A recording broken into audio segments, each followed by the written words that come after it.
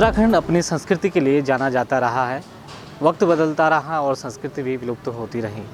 इस संस्कृति को उभारने के लिए स्वयं सहायता समूह की महिलाओं ने बीड़ा उठाया और पहाड़ की जो चीज़ें हैं उनको पटल पे लाने के लिए अनेकों प्रयास कर रहे हैं। इस बीच हमारे साथ बातचीत करने के लिए पूजा तोमर हैं, सरस्वती स्वयं सहायता समूह की जुड़ी हुई हैं। उनसे बात करते हैं कि किस तरह से आप जो पहाड़ के जो किचन है वो चला रहे हैं, क्या कुछ किया जा रहा है खास?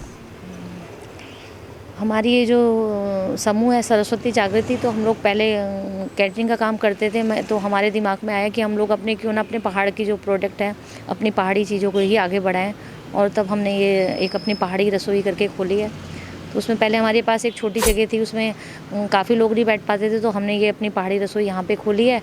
इसमें हम जैसे चैसू फाड़ा, अपने जो पहाड़ की चीज़ें हैं, उस कोदे की रोटी या कोदे के मोमो बना रहे हैं, झंगोरे की इडली बना रहे हैं। इस तरह से अपनी पहाड़ की चीज़ों को ही बना करके प्रमोट कर रहे हैं कि जिससे लोगों को पता चले कि हमारे यहाँ उत्तराखंड में क्या क्या चीज़ें होती हैं और इनके फ़ायदे क्या हैं खाने से। फास्ट फूड तो लोग खाते ही हैं, अपनी पहाड़ की चीज़ें खाने से तो सभी चीज़ें हेल्थ के लिए अच्छी होती है, इसलिए हमने इसको किया और इसका हमें अच्छा रिस्पॉन्स भी मिल रहा है। महिलाएं सशक्त हों और स्वरोजगार से जुड़ें, इसके लिए आप प्रयास कर रहे हैं। कितनी महिलाओं को आपने अपने समूह से जोड़ा है? हमारे एक समूह में 10 महिलाएं होती हैं। तो पहले हमारा एक अपना ही समूह था सरस्वती जागृति, उसके बाद हमारे साथ 5 समूह और जुड़ गए हैं, जो कि 50 महिलाएं हो चुकी हैं हम हमारे साथ में, जो इस काम को कर रही हैं। कभी हम बाहर की कैटरिंग भी हमें मिल जाती है, अब हम शादियों के काम भी करने लगे हैं। कहीं से जो कथा का कोई भी हमें काम मिलता है हम छोड़ते नहीं, क्योंकि हमारे साथ बहुत सारी महिलाएँ जुड़ी हुई हैं। सभी को रोज़गार मिले, सभी का काम चलता रहे, तो इसीलिए।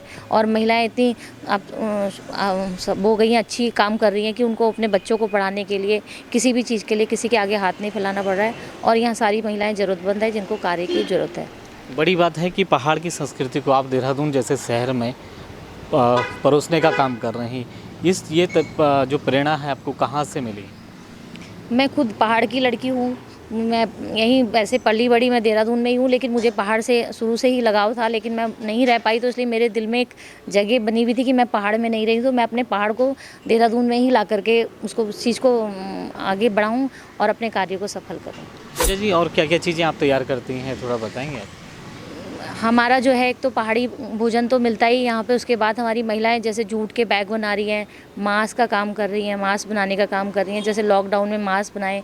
एक हमारे पास में एक डेयरी भी है जिसमें गाय का दूध आंगनवाड़ी में भी दिया जाता है, और उसके गोबर बना करके, धूप बना करके, इस तरह से भी महिलाएँ काम कर रही हैं। अलग अलग कार्य कर रही हैं महिलाएँ। जैसे कि अभी एक महिला जो है खाद बना रही है, ऑर्गेनिक खाद, जैविक खाद जो बना रही है। तो इस तरह से हमारी यहाँ महिलाएँ जुड़ करके अलग अलग कार्य कर रही हैं।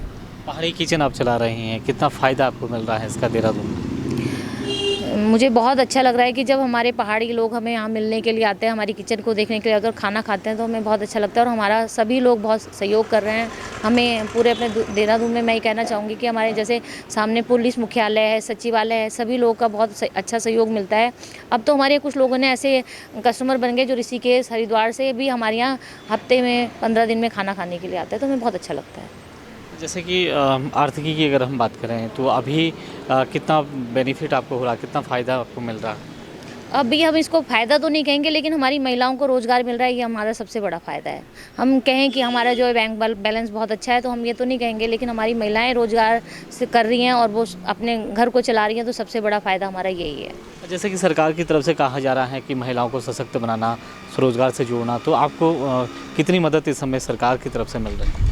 सरकार की तरफ से हमें मदद मिलती रहती है। जैसे कि 5 लाख का सब्सिडी का ब्याज वाला जो लोन है, वो हमारी महिलाओं को मिला है, जिससे कि हमने काम शुरू किया है।